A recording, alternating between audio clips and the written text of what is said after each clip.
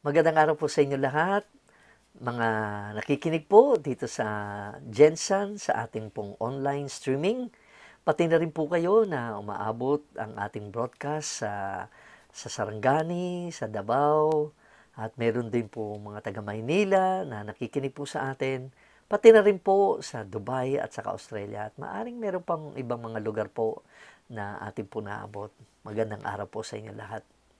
Ngayon po ay supposed to be sineselebrate ang Resurrection Sunday or Easter Sunday, ang pagkaalam ng ibang tao. Kadalasan po na dahil po sa ating quarantine ngayon, kaya po wala pong Easter bunny at saka Easter egg hunt ngayon. Usually ginagawa po 'yan.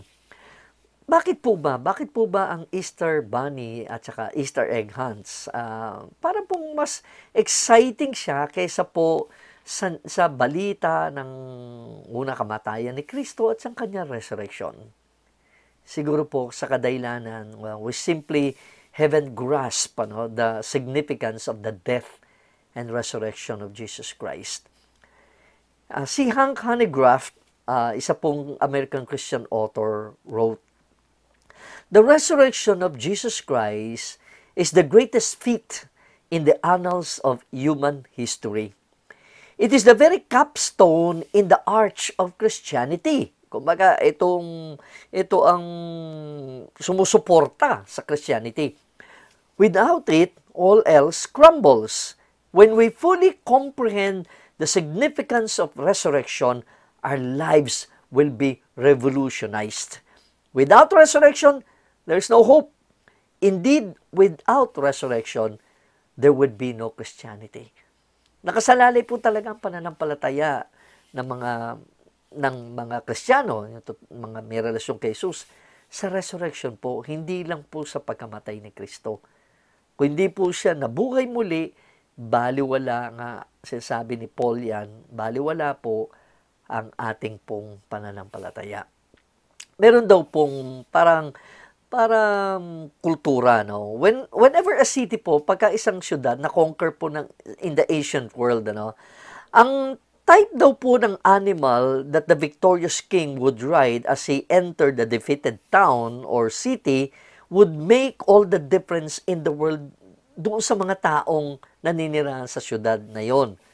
Kapag ka daw po ang hari ay nakaupo sa kanyang kabayo o yung kanyang tinatawag na war horse, no? It was, for the city, it was a sign of doom. It was a sign that he was coming in war. Ibig sabihin nun, pag nakasakay siya sa kabayo, siguro baka yung mga naninirahan pa doon, kahit sumuko na sila, baka pagpapatayin pa sila. Yun po ang isang kultura daw. Kapag ka nakakabayo, matakot na kayo. Ngayon, on the other hand, if he was riding a donkey, everyone would breathe. A sign of relief. Parang, makakahinga sila dahil nakasakay sa donkey. Because it was a victorious king riding on a donkey is a sign that he was coming in peace. Riding a donkey is a sign of peace. The king has not come to conquer, but to forgive. So, hindi sila dapat matakot. Diba ba, no? Parang yun pala ang relevance yung pagpasok ni Jesus sa Jerusalem na nakasakay sa donkey. Una, it's a sign of humility, but it's a sign of forgiveness. He was offering peace to the people. Ayan ang inaalok niya sa mga tao na ma-reconcile sila sa kanya. Siya ay hari, no? Pero ang kanyang paghahari ay kumbaga naantala, na-hold, dahil hindi siya tinanggap bilang hari. Pero ang pagpasok niya, hindi ang pagpasok ng paghuhusga lang, kundi gusto niya ay mapalapit ang mga tao sa kanya. Yun pong isang relevance na makuha po natin sa kamatayan, ito sa ating pag-aaral ng resurrection of Jesus Christ. Sa mga ilang linggo po na nakaraan, inabot din nga natin na isang beses po nakatalakay po ako na galing po sa libro ni Leonard Sweet at ni Frank Viola na entitled po ay Jesus Speaks.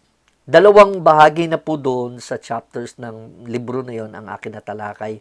Una po, ang tinatawag po kasi pag pananalita ni Jesus, the unexpected voice of Jesus. Yan po yung unang-unang appearance niya ni Jesus na kinausap niya si Mary Magdalene at meron po tayong mga lesson na nakuha doon. Ang pangalawa pong, actually, mas nauna talaga itong pangalawa, ang the hidden voice of Jesus. Ito po yung second appearance ni Kristo, although itong mas una ko natalakay talaga na wala pang quarantine during that time. Ito po yung pakikitungo ni Jesus doon sa dalawang disipulo na papunta sila sa Emmaus or palakad sila sa Emmaus Road. So yan po yung dalawang natalakay patungkol po sa libro na Jesus Speaks. Ngayon po, Total Resurrection Sunday po, at talaga ang libro naman po na yon ay yung libro na sinulat ni Leonard Sweet at Frank Viola na Jesus Speaks. Ito po yung mga pananalita ni Jesus na kanyang ginawa nung siya po yung nag-resurrect na. Kaya parang maganda po na parang i-connecta natin Total Resurrection Sunday ngayon. Ito pong dalawang chapters, hindi ko lahat ng bahagay doon sa dalawang chapters na aking tatalakayin. Ang chapter 3 po doon ay nakalagay, The Elusive Voice of Jesus. At ang chapter 4 po, The Challenging Voice of Jesus. Kaya lang po dahil sa kapanahunan ngayon, yung sitwasyon po ngayon, parang mas iniba ko po ng konti ang title nung parang pinagsama ko yung dalawang chapters na yun. In-entitle ko po siya ng ganito, Jesus Speaks, The Calming Voice of Jesus. Yung nagpapakalma na boses ni Jesus. Yan po ang ating tatalakayin, The Calming Peace. Unang-una po, yung kapayapaan na nagpapakalma sa puso ng tao na galing kay Jesus. Ang sequence po, alam natin na more or less na nagpakita sa Jesus o nakita ni Mary Magdalene, ni Joanna at saka ni Mary the mother of James na empty yung tomb. Tapos nagbalita sila sa mga disipulo, pagbalik ni Mary, nakita niya yung gardener, akala niya gardener, yung pala si Jesus na yun, nakausap niya. Tapos actually si Peter at saka si John nagpunta rin dun sa tomb na yun at naging eyewitness din sila. At experience sila, nakita nila na empty nga. Wala na yung katawan ni Jesus doon. Kaya lang, bumalik na si John at saka si Peter sa Jerusalem. Tapos, pangatlo nagpakita kumbaga si Jesus kumbaga pangalawang appearance ni Jesus ay doon sa mga disciples along Emmaus Road na bumabiyahe sila. Nagkaroon sila ng encounter kay Jesus. At pag tinignan natin ng Bible, sa Luke, makita natin 24 verses 32 to 34. And sabi doon, nung pagkatapos silang magpakilala, ma-recognize na nila sa Jesus, sila po, dali-dali bumalik sila sa Jerusalem. Hindi naman kalayuan yon. At nakita nila yung 11 na magkakasama. At sabi nila, the Lord has really risen and has appeared to Simon. So, ibig sabihin, hindi na sa kanila, pati kay Simon Peter, nagpakita na rin pala ang Panginoon. So, masabi natin, alam na ng mga disciples, umaga pa lang, na nag-resurrect na si Jesus dahil nga sa mga witnesses na nagsabi sa kanila. Pero, bakit kaya? Including John and Peter. Dito kasi 11 sila magkakasama dito. So, kasama si Peter at John doon. Although, alam na nila na nag-resurrect si Kristo, bakit sila nagpaiwan doon? Bakit sila nagpaiwan doon sa upper room na yun, na doon sa area ng Jerusalem? Itong sinasabi ng John chapter 20, verse 19. So, when it was evening on that day, that was a Sunday, the first day of the week, and when the doors were shut, where the disciples were for fear of the Jews. Yung sinasabing Jews dyan, hindi yung mga mamamayan. Mga Jews ay takot sila sa mga leaders, sa Sanhedrin, yung mga religious leaders. No, sabi, the doors were shut. Nag-lockdown din pala sila. Nag-quarantine sila. Hindi sila kinwarantine ng mga authorities, nag-self-quarantine sila, hindi dahil sa virus na takot sila sa virus, kundi takot sila na most likely, kaya siguro sila natakot kasi namatay na si Jesus. O kumbaga, dahil sa mga religious leaders, may political, rin si Pilate, So, ibig sabihin, takot sila, baka sila na isusunod.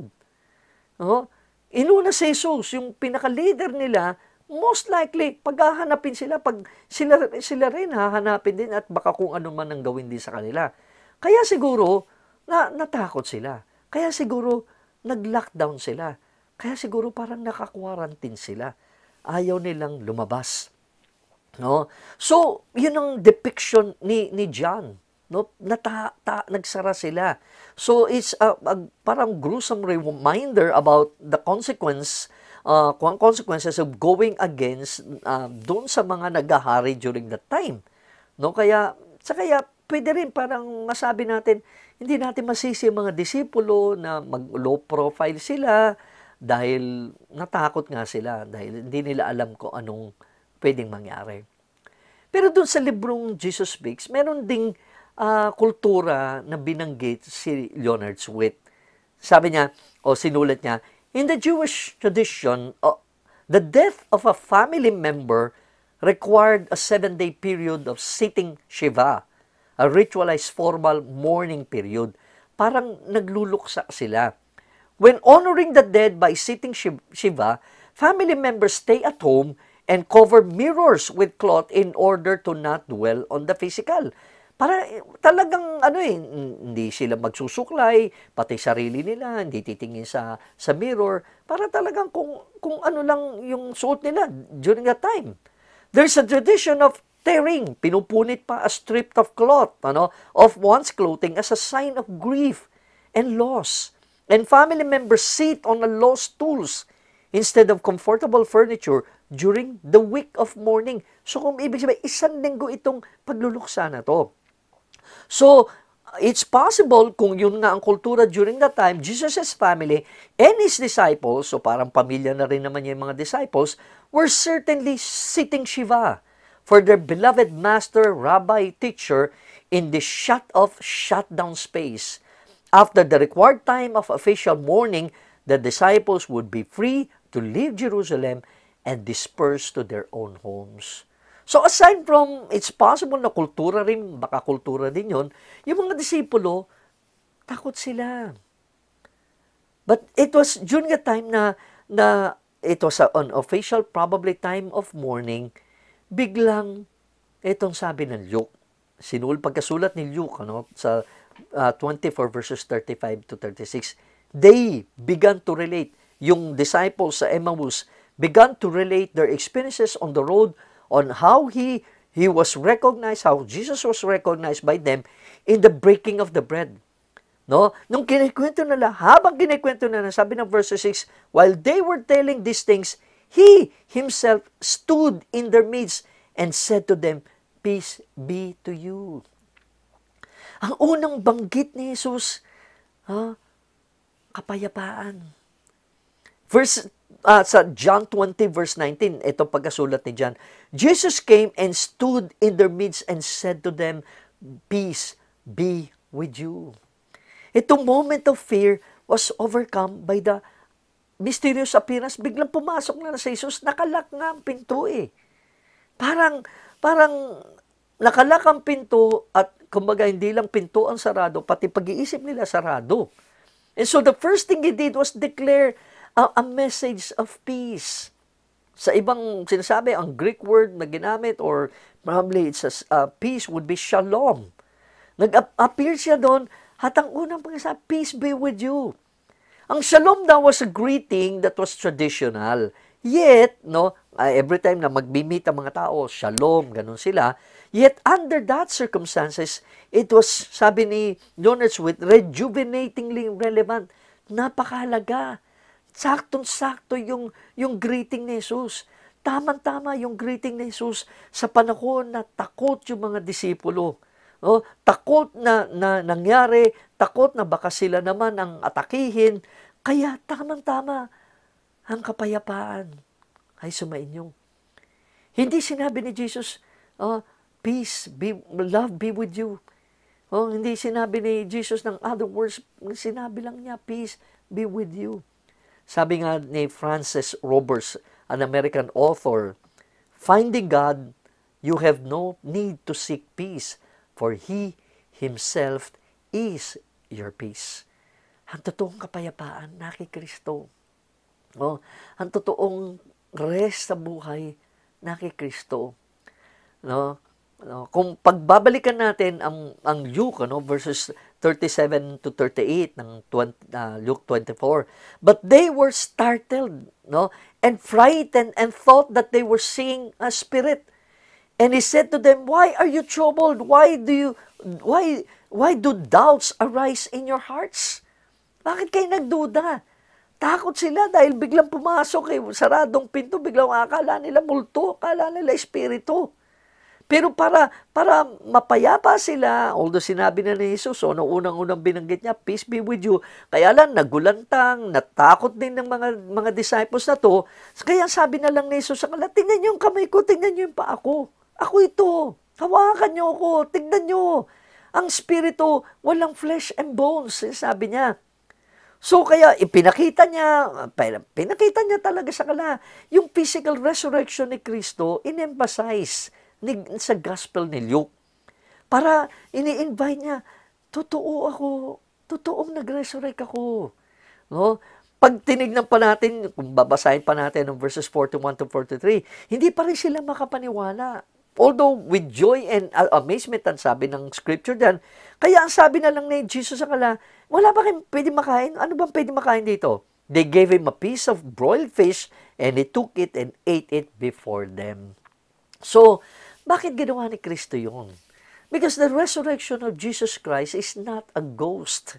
Hindi lang siya espiritu or apparition or holy hallucination. He was a real deal. Totoo yung resurrection. Sinabi niya, pinaalala niya nung buhay pa siya, pinangako na niya, sinabi niya sa mga disipulo, at in-emphasize niya to, after 3 days, magre-resurrect siya. No, para makalma sila talagang tuluyan, ano bang pwede makain diyan? So John chapter 20, pag inano pa natin 20 to 21, ito nang nangyari.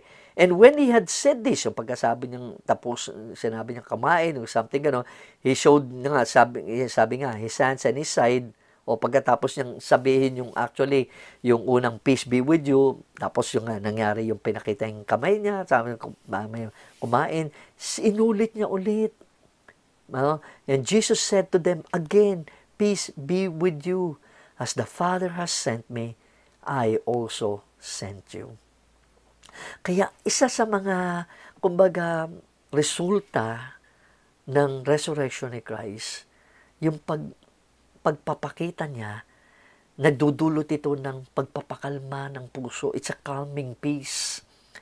The calming voice of peace was not just about, straightening the corner of the room para pumasok lang basta-basta siya doon na pinakita lang na nakapasok siya. Ito yung panahon na ito na ma-challenge yung mga disciples at pati tayo, sa ating buhay. Jesus' voice brought to the disciples then and brings to us today a peace that is also an empowerment. Ito yung kapayapaan na nabibigyan ka ng kapangyarihan. Pero pag titignan natin mabuti sa aking sariling pag-aaral, parang hindi lang po yung boses talaga ang nagpakalma sa disturbed at saka disappointed na spirits nila. It was not just knowing na buhay na talaga si Jesus, na alam na nila na buhay, na balitaan na naman nila. Umaga pa lang, alam na naman nila Alam na naman nila umaga pa lang, pero bakit sila nagtipon-tipon? Takot sila. It was not actually, hindi rin lang yung statement na sinabi ni Jesus na, "Peace be with you." Ang totoo talaga nagpakalma ng kanilang puso ay yung presensya ni Jesus, the actual presence of Christ. At ganun din para sa atin. Ang presensya, hindi man physically present si Jesus sa atin ngayon. Hindi siya magpapakita sa atin ganoon, physically present. But His Spirit, through His Spirit, pwede tayong makalma sa ating mga dinadaanan. Kaya pagdating ng John 20:20, the disciples then rejoiced when they saw the Lord. It was really the presence of Jesus. It was not only the voice, but of course there is something about that voice. There's something about the tone of that voice. Nagpakalma rin ang kanilang puso, pero karagdagan na yun, yung pagtono ng pagsalita niya ng peace be with you at ng kanyang presensya ang nagpakalma sa kanila. Actually, nakalimutan nila eh. Nakalimutan ng mga disipulo na nabanggit na ni Jesus sa kanila sa John 16:33. I have told you these things that in me you may have peace. You will have suffering in this world. Be courageous. I have conquered the world. Nakalimutan na nila yung pinaalala, yung statements ni Jesus about peace nung buhay pa si Jesus. Nung dumating ang problema, namatay si Jesus at natakot sila, nakalimutan nila lahat yun. Kaya pinaalala lang niya, kumbaga ito na yung sinasabi niyo, sinabi ko naman sa inyo, magkakaroon ko kayo ng suffering, pero huwag kayong matakot. Dahil na-overcome ko ang mundo, na-overcome ko ang mga pigati na yan. Alam niyo po, for the past weeks na na-share ko rin sa inyo na even my own family, we encountered some stressful moments in my family, most especially sa aking youngest sister na si Mylene. Na-share ko sa inyo na actually the first week of March na yung kanyang asawa si Joel karoon ng heart attack, dinala sa hospital and supposed to be mild. Kaya lang 2 weeks siya nagstay, nag-angiogram siya doon. At sabi, actually, noon pa lang sinasabi naman na kailangan siya i-bypass. So, hindi tinatry nila may schedule, kaya lang, ito nga, dahil nagkaroon ng lockdown, lalong nang medyo nahirapan. Tapos, pagdating ng last week ng March, probably mga March 28, nabot na naman, karoon ng paninikip ng dibdib yung si Joel. Tapos dinala ulit ng sister ko sa hospital in the midst of a quarantine and lockdown. At yung sinabi, it was a second heart attack. So talagang kailangan na siyang i-bypass. And so, nakapaggawa ng arrangement, April 3, binypass yung aking bayaw na si Joel. Kaya lang, sad to say, by April 7, hindi na kayanan ng kanyang puso at ng kanyang ilang organs niya bumigay. At kinuha na siya ng Panginoon. No? So, nung April 7 ng morning, nag-message pa yung sister ko, nagpapapray, in-intubate, tapos bandang mga 9 past 9, or mga yun, nire-resuscitate na siya. So, ibig sabihin talagang inaatake na siya.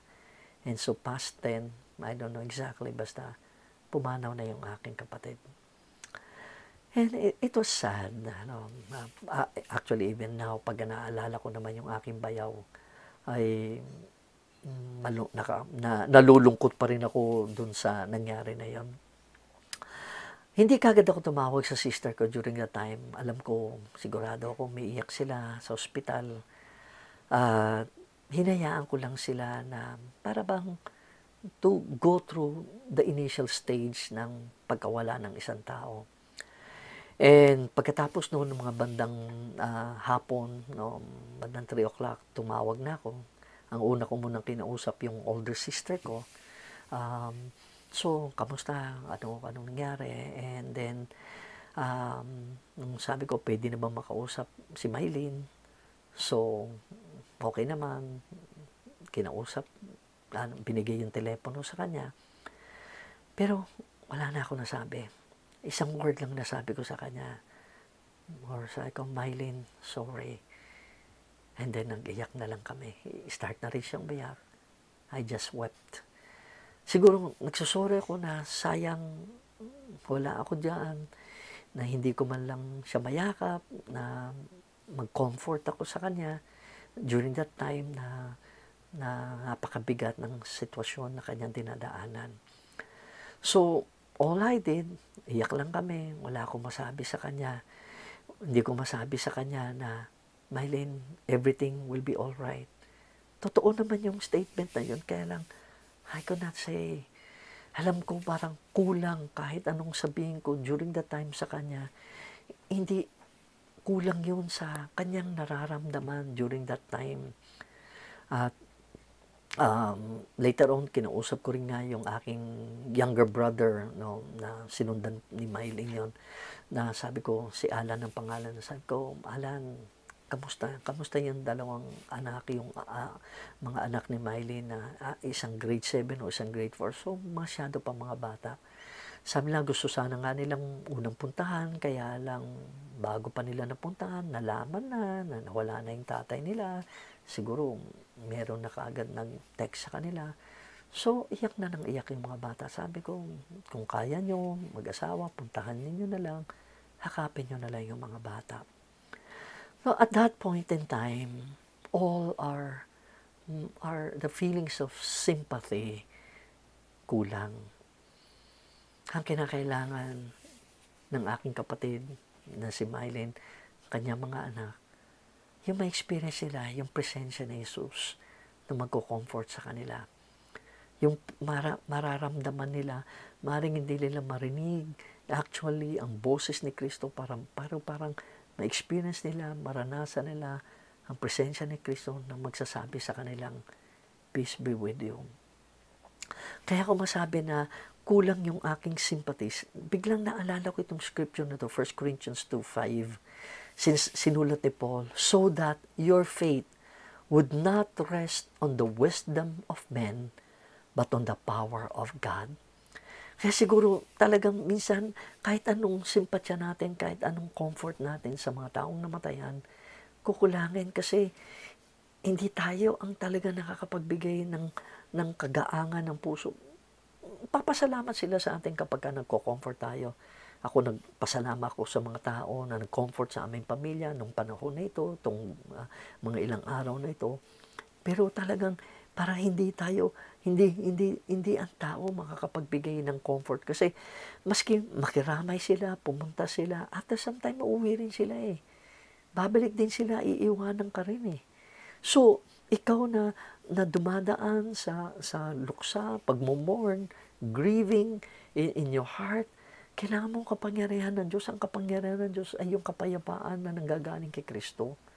Yung word na rest dyan, tinignan ko, sa Greek pala niyan, ang ibig sabihin pala, exist. Kumbaga ibig sabihin, so that your faith would exist, not on the wisdom of men, but on the power of God. Na, kumbaga, nag-i-exist, nananatili ang iyong pananampalataya, hindi dahil sa karunungan, kahit anuman sabihin ng mga tao, kundi sa kapangyarihan ng Diyos, sa grasya ng Diyos, sa kapayapaan ng Lord. Somebody said, peace that Jesus gives is not the absence of trouble, but is rather the confidence that He is there with you always. Yun ang panalangin kong maranasan hindi lang ng aking kapatid si Mylene, pati sila doon, mga kamag-anak ng aking bayaw. Pati lahat kayo na nakikinig ngayon, lahat kayo na dumadanas ng pagsubok sa inyong buhay, aside from lahat tayo, kumbaga, nagsasakripisyo dito sa coronavirus na ito, marami apektado physically nito, pero hindi man tayo physically affected, lahat tayo, kumbaga, talagang na-devastate nito, ang ekonomiya, marami probably later on, baka mawala ng trabaho, ang dami na ito. So, paano ka magkaroon ng kapayapaan? No?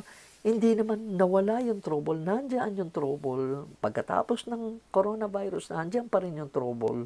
Baka may iba pa mga trouble na darating sa atin. Ano magsusustain sa atin? It is the peace of God. It is the peace that comes from Jesus, na nandiyan siya, na pinapangako niya, sasamahan ka niya. Pag pinagpatuloy natin ang pagbabasa ng verse 24, si Thomas sa John 20, wala siya, kaya nga wala siya yung time na yon, nung kumbaga una nag-appear si Jesus. Ang sabi, Thomas, one of the 12, called Didymus, was not with them when Jesus came. So wala siya. We don't know bakit wala siya doon. We don't know for one reason or another bakit wala siya doon. So nung pag-alis ni Jesus, tapos dumating si Thomas, sinabihan siya ng mga disciples, nakita namin si Jesus, nag-appear sa amin si Jesus. Anong sagot ano ang sabi ni Thomas? Unless I see in his hands the imprint of the nails and put my finger, no? Ano pa niya, ang finger niya sa place ng mga nails and put my hand in his side, I will not believe. Oh? So, he missed out on the experience of the risen Christ. Either he was at the wrong place at the wrong time or he purposely separated himself with the disciples. We don't exactly know ano ba talagang rason niya. No? Pero ang maganda rin naman, kahit wala siya doon, kahit sinabi niya yun, hindi naman siya, kumbaga, dinisiplina ng mga disciples, di siya pinagalitan, at pinaalis na lang siya. Para sinabi niya na, ano ka ba naman, wala kang pananampalataya. Sinasabi na nga namin sa iyo na nakita namin ang si Jesus, nagpakita na nga siya. Hindi lang niya sinabi na magre-resurrect siya, hindi lang kinuwento, sa amin na mismo nagpakita na. Ba't ayaw ka pa maniwala? Wala na experience ganun si Thomas. No? Ang ganda nitong statement na to, no, na bahagi ito na sa sulat nila ng librong Jesus Speaks.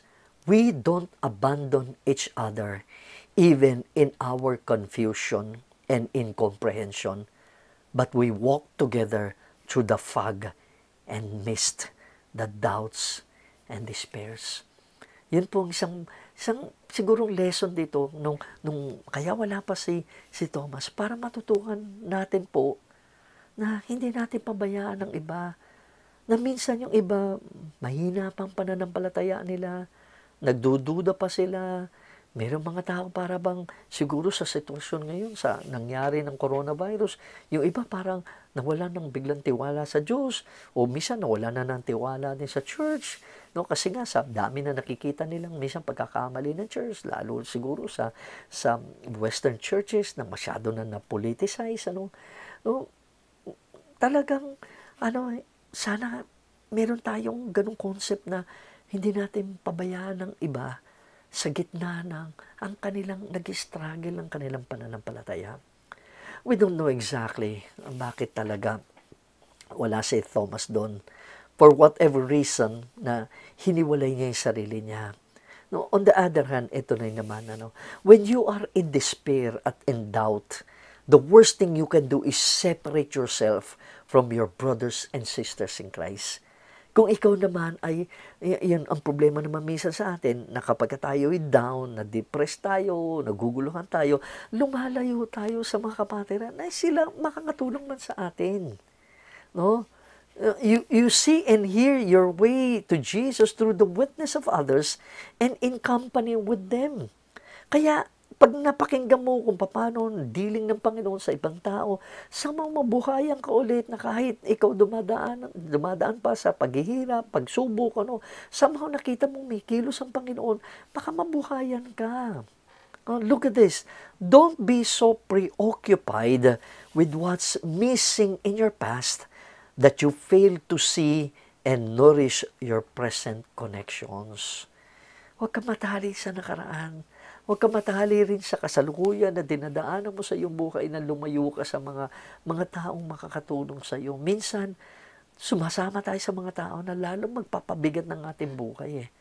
Kaya, ito siguro yung lesson na to regarding Thomas, aside from kung bakit wala siya doon, parang ito rin isang lesson na pwede natin matutukan. Maganda ring insight nito.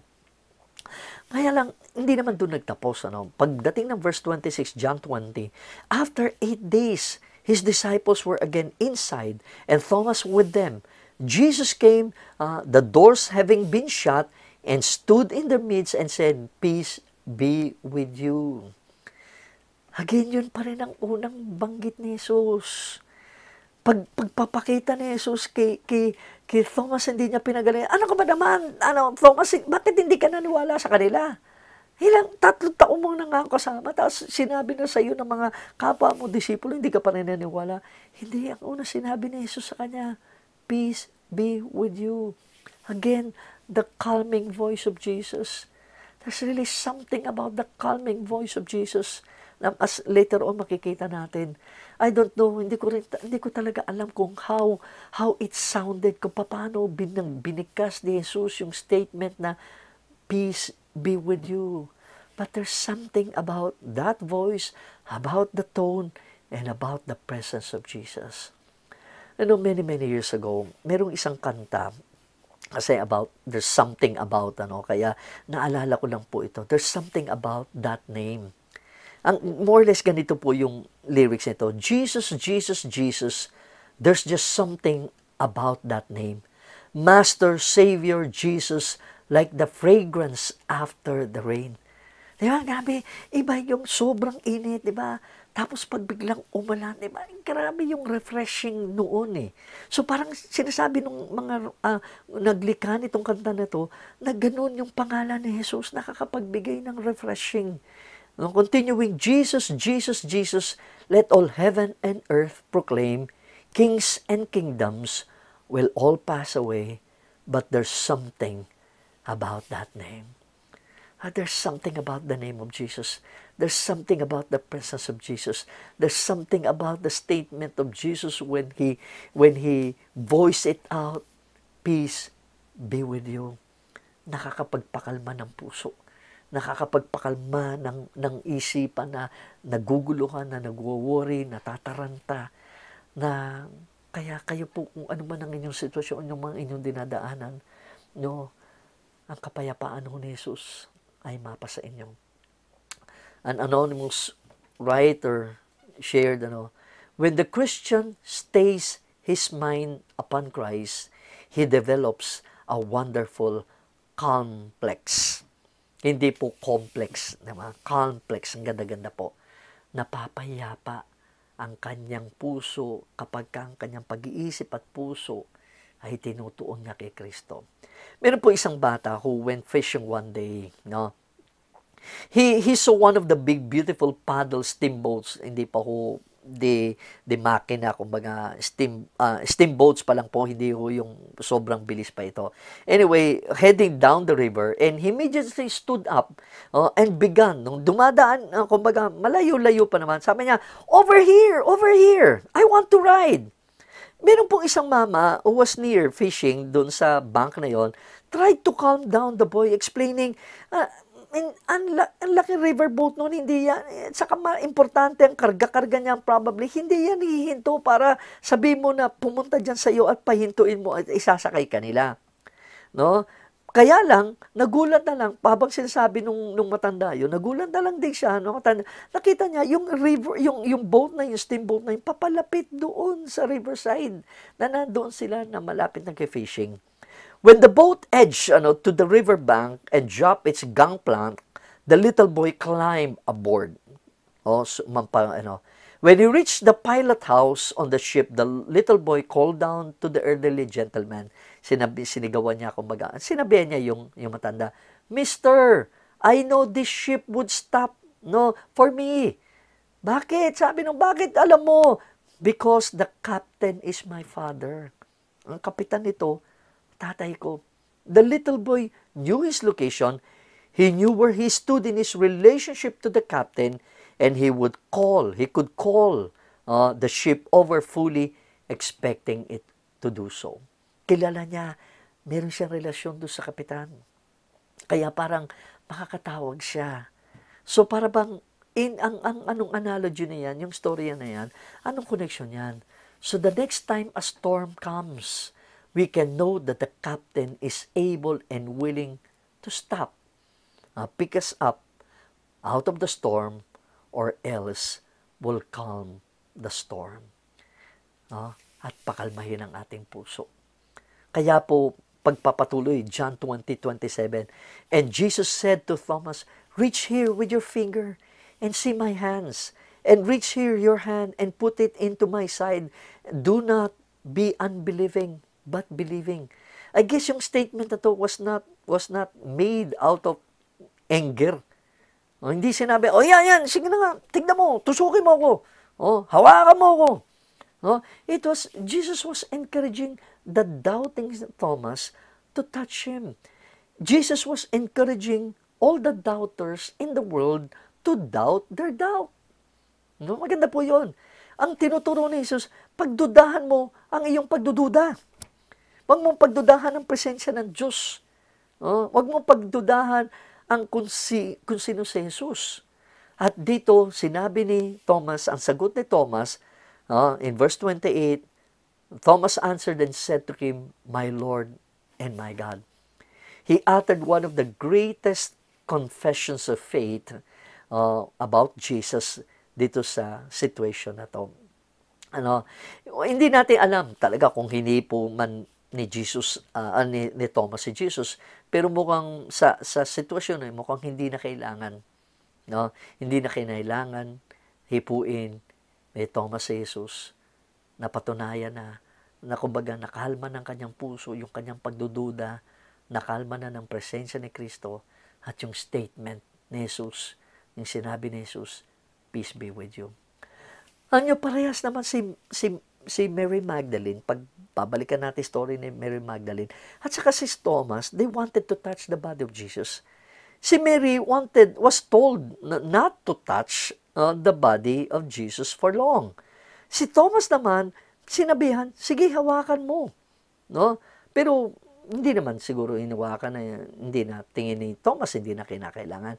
Dito makikita rin natin na si Jesus doesn't say the same thing to each one of His followers. No? Iba ang sasabihin niya sa isa, ibang sasabihin niya sa isa. Pero ganun pa man, it was whatever Jesus would tell a disciple and another disciple, ano masabihin niya dito, it was always para encourage. It was always to bring peace and calmness in the heart of that person. Sabi nga kanina, binasa ko po, si Thomas ay kilala po na Didymus. Ang ibig sabihin po ay twin. No? Maring talaga may kakambal siya, pero pwede rin natin sabihin, kumbaga, spiritualize natin konti, o sinasabi nila ni Leonard Swift, na doubt comes with the twin. Ang kambal ng twin ay faith. Like Thomas Didymus, doubt and faith are twinned, always found together. Actually, look at this. The opposite of doubt is not faith, but certainty, which banishes faith. Faith without doubt is not a living faith, but a dead certainty. No? Hindi ho ibig sabihin na kapag ka nagkaroon ka ng pagduda, wala ka ng pananampalataya. Ano, hinahayaan ng Diyos, hindi ho nagugulat ang Diyos doon, na kapag ka tayo na nakakilala sa Diyos, naka-experience na tayo sa Kanya, at a certain point in our life, merong matinding sitwasyon, dinaanan tayo, biglang nagduda tayo sa Panginoon, hindi ho nasusurpresa ang Diyos, ando doon pa rin po yung pananampalataya. Ang certainty po, ang opposite ng doubt eh. Yung certainty na, hindi, sigurado na ako, pag ganun, it's a dead certainty. No? Ang faith po, lalo kasing tumitibay kapag ka na instead na magda-doubt ka, yung possibility na mag-doubt ka, ino-overcome mo yung doubt na yun with continuous trust sa Lord. Nagpapatuloy ka. The important thing is not knowing how to hear Jesus, but actually hearing Jesus. And you can be, actually pwede kang doctrinally correct eh. No? And orthodoxy sa mga creeds, pero pwedeng hindi mo pa rin kilala sa Jesus eh. Kaya itong the speaking voice of Jesus is a speaking voice that would calm a heart, nakakaugnayin ka ng Panginoon, na minsan sa pagdududa mo, no, kakalmahin ka, ipapakita sa iyo ng Lord ang presensya niya. Somebody said, peace is the deliberate adjustment of my life to the will of God. No? Kaya, yun po ang point. Ano? Pero pag titingnan natin, no, bakit kinakailangan pa kayang bisitahin ni Jesus si Thomas? No, alam naman niya na nung wala si Thomas during that time, para bang pwede naman siguro na, siguro malalaman naman niya, alam naman niya. Bakit kaya gumawa pa ng another special trip si Jesus? Na nag-demand pa nga ng sign itong si ano. No, kumbaga, di ba parang minsan ganun tayo. Parang sinasabi, Lord, bigyan mo ako ng sign, bigyan mo ako ng special word, a personal sign, a secret visit, para maniwala ako. Minsan di ba parang ganun ang ating ang ating parang pakitungo sa Diyos. No? Pero siguro naman, parang in this sense, hindi naman parang pinabigyan ni Lord si Thomas para lang, sige na, pagbigyan ko yung ano mo, no? Na mukhang hindi naman siya exclude ng mga disciples eh. Hindi nga siya pinagalitan eh.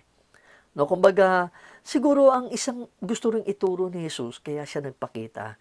Kasi we fallen human beings have a storied history of executing others because they do not believe as we do. Meron po tayong tendency kapag hindi sila naniniwala sa atin, ang expression ng ginagamit natin, it is us versus them. No? Na kung iba yung pananaw ng mga tao, iba ang the way they would kumbaga practice their faith, kakaiba sa atin. Ano mga mananampalataya, masyadong handaling ma-divide. Ini-exclude natin sila. Minsan gabi, hindi, mas maganda kami, mas magaling kami, mas tama kami. No? No, kumbaga siguro gusto i-correct ni Jesus yun eh. Meron isang pong preacher one time shared, sabi niya, I was shamed, as I read about the first time a Hindu chaplain named Rajan Zed attempted to offer a prayer in the Senate. Siyempre, Senado, na nag-imbita sila na kung sino-sinong religious leader. Inibita nila isang Hindu para manalangin.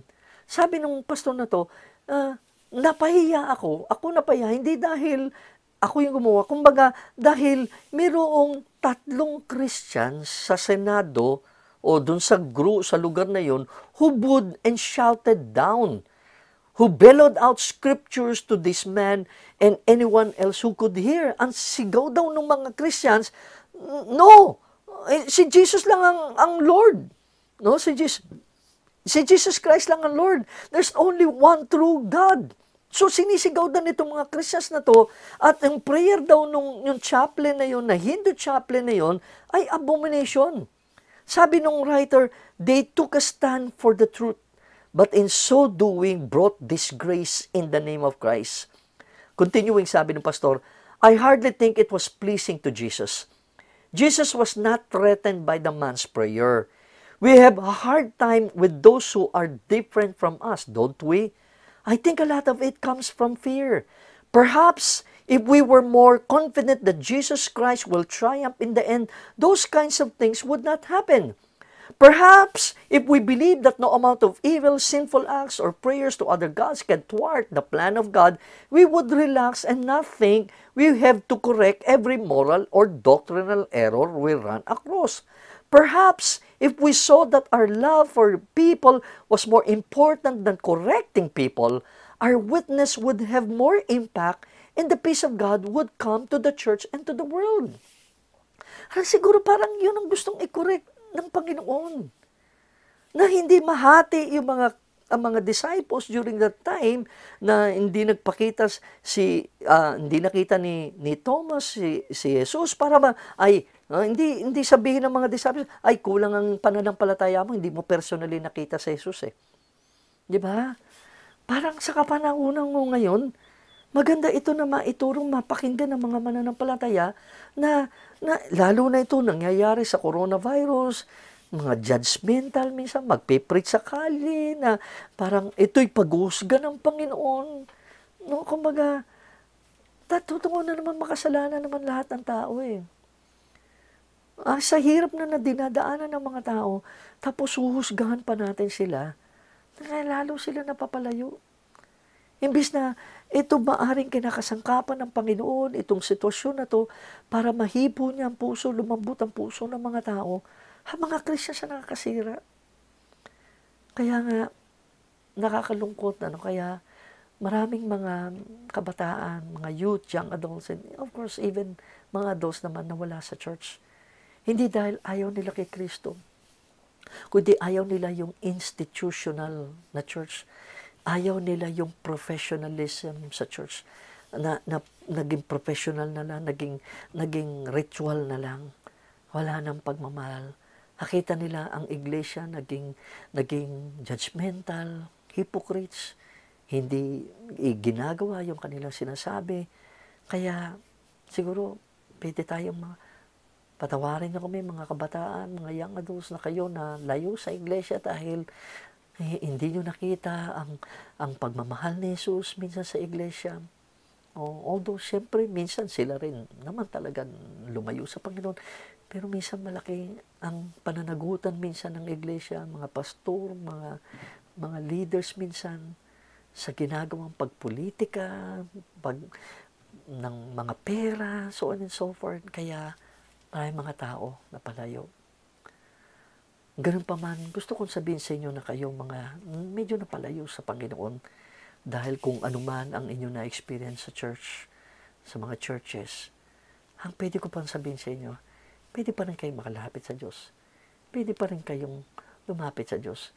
Pwede pa naman kayo makakita ng mga iglesia na maayos naman. Hindi naman lahat ng iglesia porket may mga ganon, nakakalungkot na mayroong ganon. Meron mo naman mga iglesia na pwede kayong mapuntahan na mahal naman ng Panginoon at mamahalin kayo at mararanasan nyo ang kapayapaan, kabutihan ng Panginoon. No, kaya yun po siguro parang isang bagay na kinukorek ng Panginoon.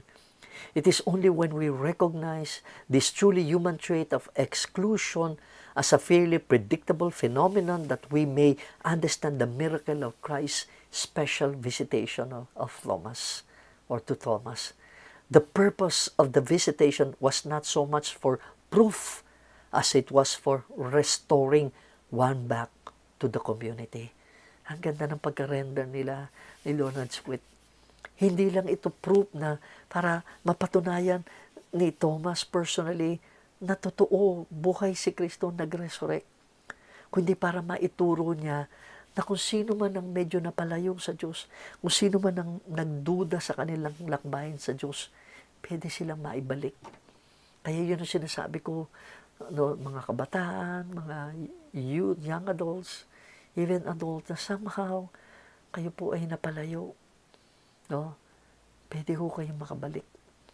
Iniinganyo ho kayo ng Panginoon na makabalik sa Kanya. No? Dahil inayos ho ng Panginoon ito. Kaya finally, sabi ni Jesus kay Thomas sa verse 29, Jesus said to him, "Because you have seen me, and have you believed?" Have you believed? No, kaya, dahil ba nakita mo ko, kaya ka naniwala? Blessed are they who did not see, yet believe. No, actually, hindi lang kay Thomas dinadirect ng Lord yun. Dinadirect ng Lord yun sa mga disciples, pati sa atin. Suddenly, it becomes a challenge to the community rather than a chastisement of the individual. Na kumbaga, yung inaano ni Jesus dito sa atin, sa mga disipulo during the time at saka sa atin ngayon, tanggapin natin, no? Tanggapin natin ang mga nahirapan, mga nadapa, na napagod sa kanilang lakbayin, minsan sa kanilang journey with God. Tulungan natin silang makaahon. At sana po na magawa po natin. Because really, Christianity can get lost. Your local church can get lost, just as Thomas got lost. But we always get lost when we lose sight of or live hearing Jesus. Minsan tayo rin naman, kaya tayo napapalayo sa Diyos dahil tayo po hindi na ho natin napakinggan ang Panginoon. There's a poem written by Stephen Crane. Pagkasulat po niya ganito, "The voice of God whispers in the ear so softly that the soul pauses, making no noise, and strives for these melodies, distant, sighing like faintest breath, and all the being is still to hear." No, para it's the stillness. No, nagwi-whisper ang Panginoon sa atin na para bigyan po tayo ng kapayapaan. Meron pong illustration na ako sa share. On Hollywood Boulevard, you will find a local church overflowing with millennials singing contemporary Christian music and seeking what most of us are looking for, inner peace. The church's head pastor, Erwin McManus, recently released a book to address just that, yung paano abutin, magkaroon ng inner peace at abutin ng mga millennials. Ang title ng libro niya, The Way of the Warrior. The title is a little bit counterintuitive Because the book, even though it is called The Way of the Warrior, is completely about finding inner peace. The real core of the book is that the peace we are all searching for is constantly being warred against through anxiety, stress, depression, even despair and fear. Peace, inner peace, doesn't come without a fight. It doesn't come without a struggle. Yun po ang portion na sinulat ni McManus. The struggle he speaks of has become more evident than ever before. Suicide has become a leading cause of death for Americans, according to the Center for Disease Control and Prevention. McManus hopes that not just his book, but also his church community will help people in Los Angeles feel like they have a place where they belong. Sinabi nga niya, one of the things that I love about our community is that it's incredibly inclusive. We have always said to people, you don't have to agree with us to be with us. And you don't have to believe to belong. He said, McManus noted with transparency his own battle for peace. A part of writing this book for me was my own struggle for inner peace. My own realization that no matter how successful I became, I always had times where I felt like a failure. That in moments where I should only be celebrating and enjoying life, I actually was struggling with a sense of disconnection and even depression. And realizing that our best moments and our worst moments are not side by side, they can actually coexist in the same moment. It is that very message of vulnerability and peace that attracted a certain guy named Natchbe to the Mosaic community. Sabi ni Natchbe, I was looking for a diverse community that had a culture of love, authenticity, and brought the best out of me. McManus' passionate messages inspired by biblical principles seem to be bringing the best out of many people. No, kaya lumami po sila. Sabi niya, I hope someone through reading this book will feel as though someone has found them in their darkest moment, helped them up, and mentored them through the process of living the life they were created to live. Yun po yung libro, The Way of the Warrior. Parang ganun po yung kanilang iglesia.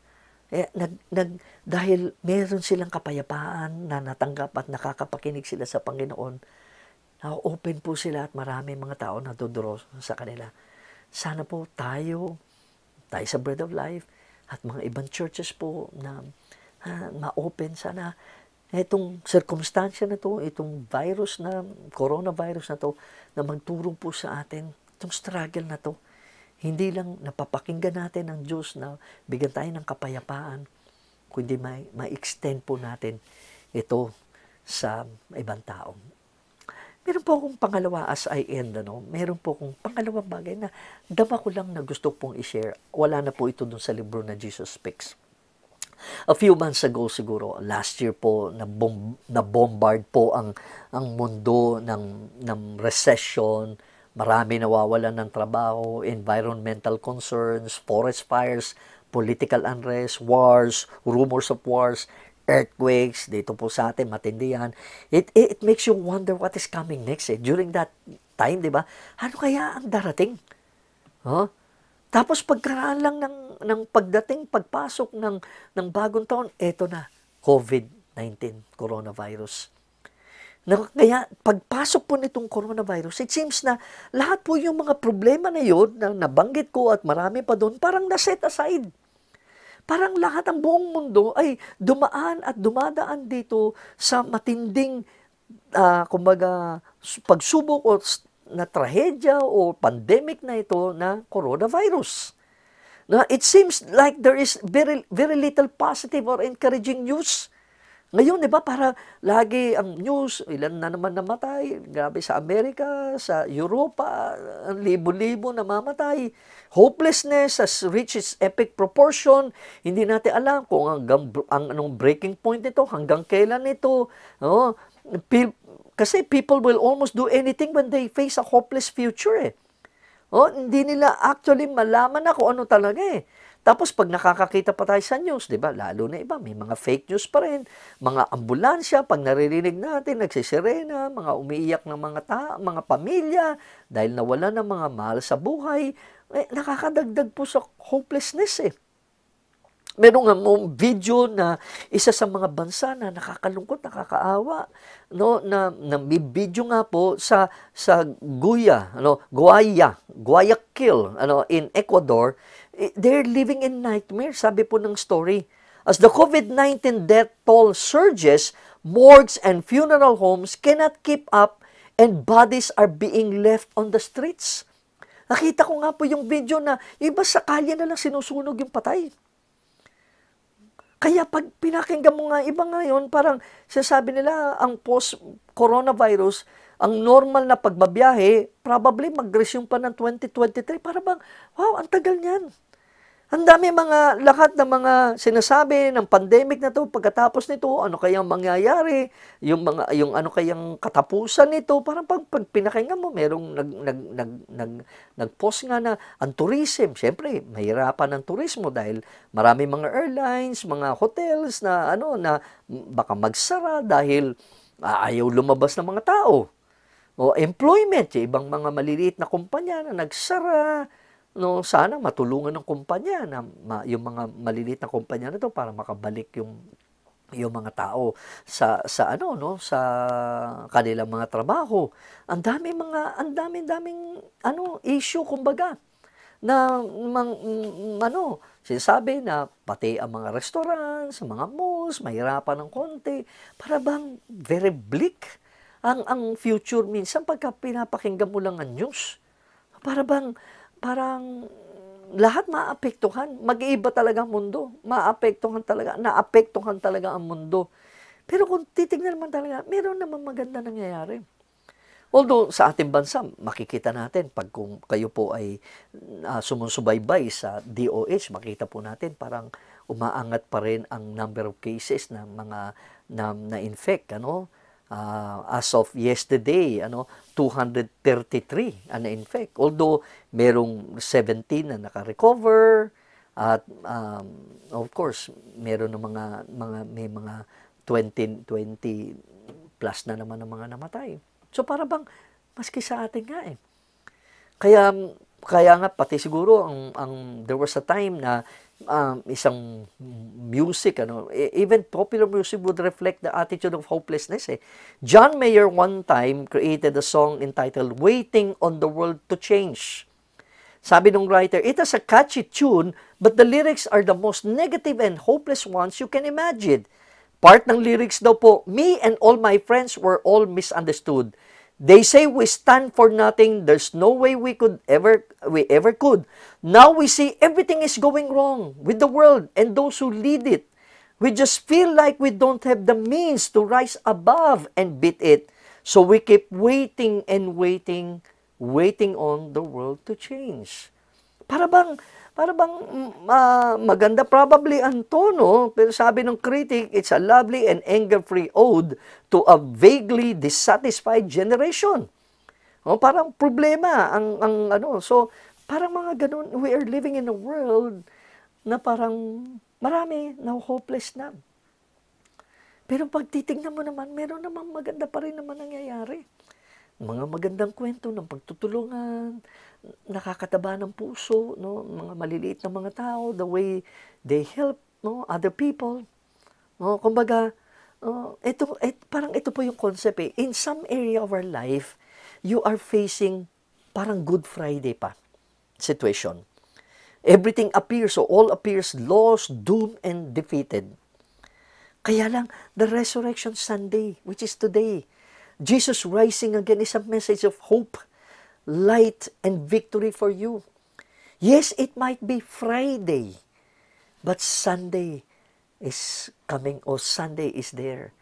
Kaya isang mabilis lang po gusto ko lang daanan sa atin. Hindi lang po yung resurrection, nagbigay po ng kapayapaan po sa atin, a calming peace, ng statement, ng words ni Jesus, but there's also a living hope that is alive. Pag-usapan lang po natin itong buhay na pag-asa na ito no, na parang meron pong ganda. Kaya po yung iba, dahil sa may pag-asa, minsan nakakatawa, nakaka-joke pa sila. Ito, nakuha ko sa asawa ko, parang may nagpadala sa kanya na kaibigan niya. Sabi daw po, no, half of us are going to come out of this quarantine as amazing cooks. The other half will come out with a health problem. Totoo eh. Di ba? Dahil dito sa quarantine, biglang yung iba natutong magluto. Yung iba, magka-problema sa health dahil tumaba. Hindi nag-exercise. No? Sabi rin ng isang tao daw, I need to practice social distancing. Where? From the refrigerator. No, kasi kailangan social distancing. Otherwise, pag hindi ako nag-social distance sa refrigerator, makakain ko lahat ng laman nun eh. Meron isang tao dahil siguro nakatira sila sa mga lugar sa apartment or condominium na isa-isa lang, wala silang mga kasama. Siguro dahil nag-iisa sila, medyo nakakabore. Siguro one time nakita niya yung kanyang neighbor, no, kinakausap yung pusa. Sabi niya, sa isip niya, grabe naman yung neighbor ko sa sobrang bore ng buhay niya. Talagang pati pusa kinakausap na lang. No? And so, parang sa pag-uusap nila, sabi niya, it was obvious she thought her cat understood her. Para bang parang yung pag-uusap niya sa pusa, parang naintindihan siya ng pusa niya. And so, sabi niya, grabe ng epekto nitong quarantine na to, ng coronavirus na to. Kaya sabi niya, I came into my house, bumalik ako sa bahay ko, at kinausap ko rin yung aso ko. Na sinabihan ko na yung kapitbahay, kinakausap yung pusa. At sabi niya, pareho sila nagtawanan ng aso. Aso niya. Di ba parang ganun? Para bang wala, mga tao parang nababaliw na. Ang mga tao parang naguguluhan na. Sabi ng isang writer, isang tao rin, my body has absorbed so much soap and disinfectant lately that when I pee, it cleans the toilet.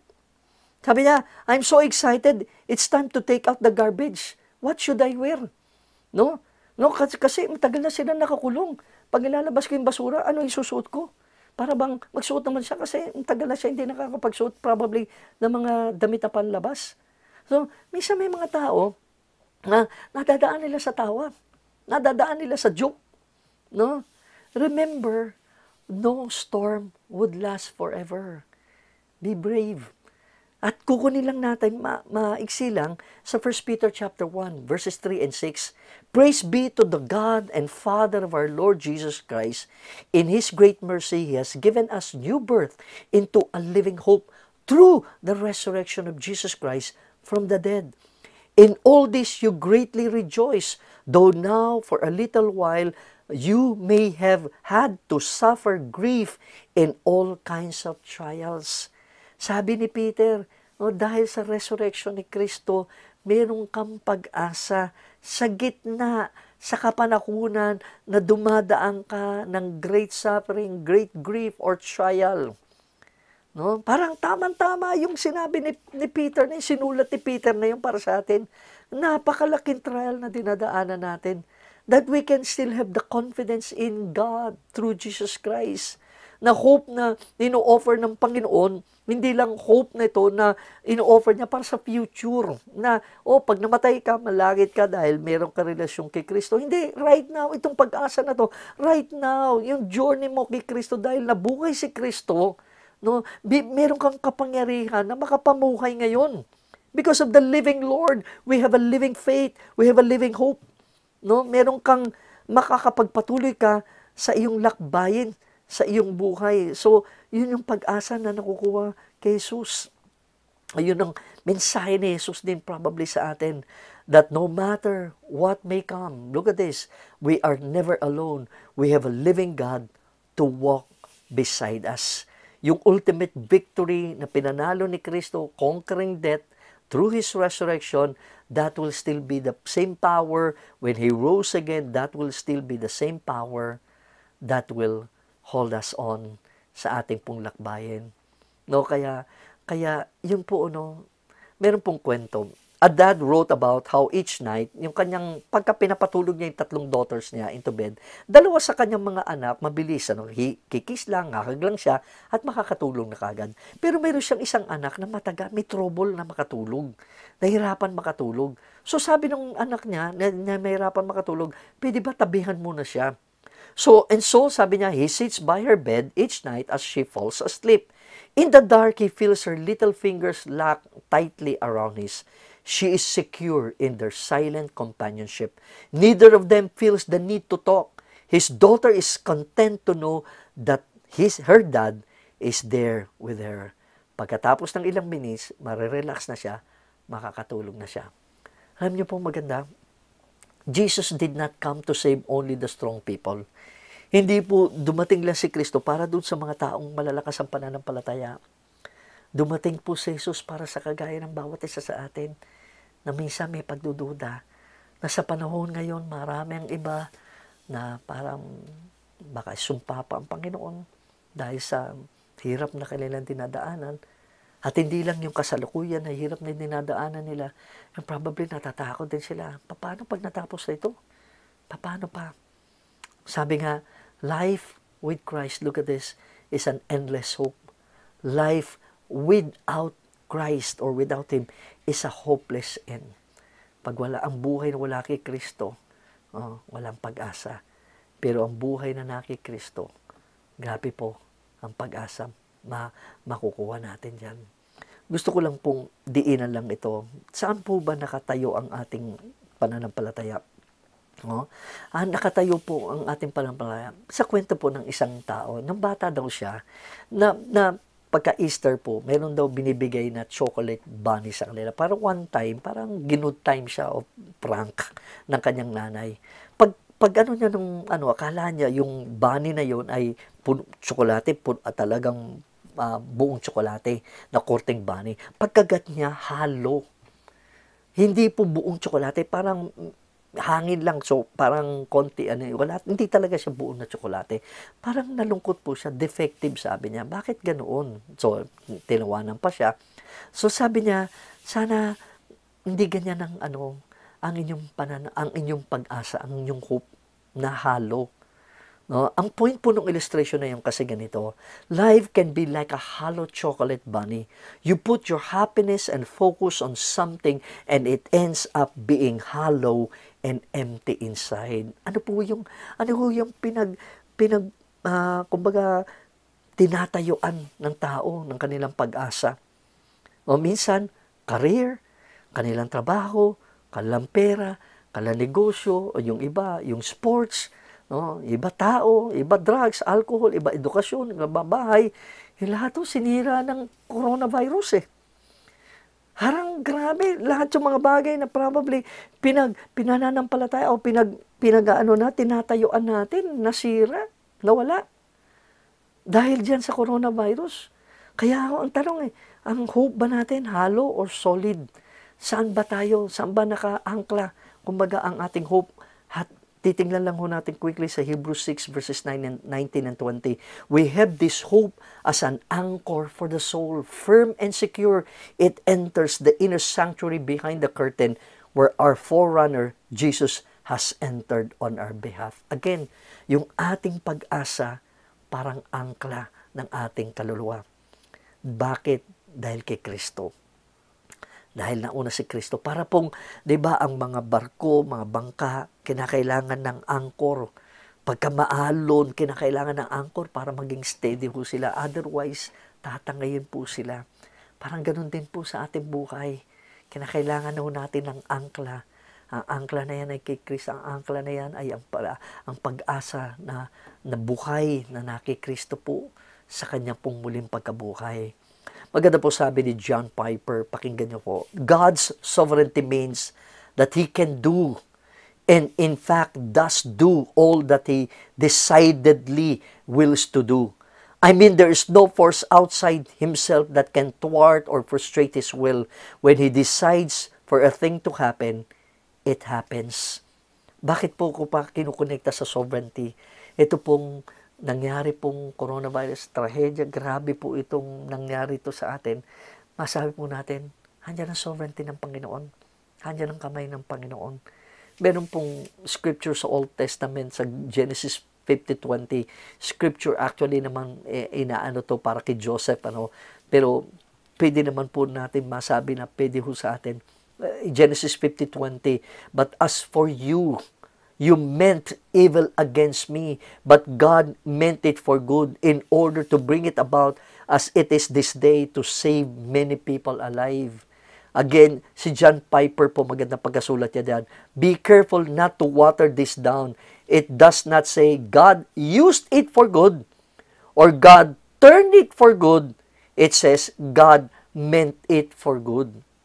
Kaya kung ano man yung nangyayari sa atin, na ito, no, itong coronavirus, probably it was meant to destroy the body, mga tao, pero God meant it for good. No, inalaw o kumbaga itong bagay na to, so by the sovereign hand of God, nangyari ito, no, para merong gawin ng Diyos. Para siguro para makita natin saan ba nakatayo ang aking pananampalataya, ang aking pag-asa, saan ba nakaangkla ang aking pag-asa. Baka halo ang aking hope. Naka-anchor ang aking buhay sa gitna ng mga storms ng buhay. Mayroong angkla. Ang angkla ko ang pag-asa kay Kristo. Parang acrostic nga hope, kung titingnan po natin, hope, Jesus offers peace and encouragement. Yan po yung pag-asa. Kaya po dito, katatapos po ng ating Holy Week, o bagamat hindi yung usual na the way it was being celebrated or being kumbaga kung paano ginagawa ng mga tao, meron lang pong a few statements ako gusto ipakita sa inyo. Good Friday represents the worst man could do. Yun ang di ba? Yung pinakamasamang pwedeng gawin ng tao na ginawa kay Kristo. Na akala nila, yun ang worst na magagawa nila para kay Kristo. But Resurrection Sunday represents the best God can do. The best that God can do. The enemy meant it for evil, but God meant it for good. Yung muling pagkabuhay ni Kristo, ay para sa kabutihan natin. Ang dami yung nangyayari. Ito pong coronavirus na to, nakakatuwa po mga ginagawang pagbabago ng Diyos sa buhay ng mga tao. Napakarami yung kwento. Wala lang akong time na ma-share po sa inyo yan. Makikita nyo na lang po sa pinoposto namin yan sa Bread of Life page po natin na Jensen, na sinishare ho namin yung ibang mga kwento. Kaya gusto ko mag-share ng magagandang kwento yung mga tao, yung mga nangyayari sa kanila. Gusto ko i-post nila o i-PM nila sa akin para maipakita na, parang sa ibang tao parang hopeless eh. Sa ibang tao parang ang gulo-gulo, hindi mo na alam kung anong mangyayari. Masyado napaka-bleak nitong future na to because of coronavirus eh. Na ito nga, mga gumaling na sa Korea o gumaling na sa China, yung iba baka nagkakasakit na naman.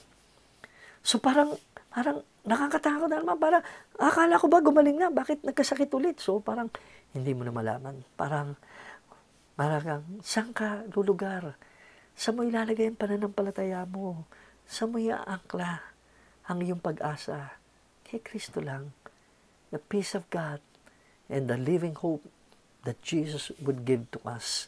Sabi nga, kung babalikan lang natin, the cross was not a tragic event God turned for good.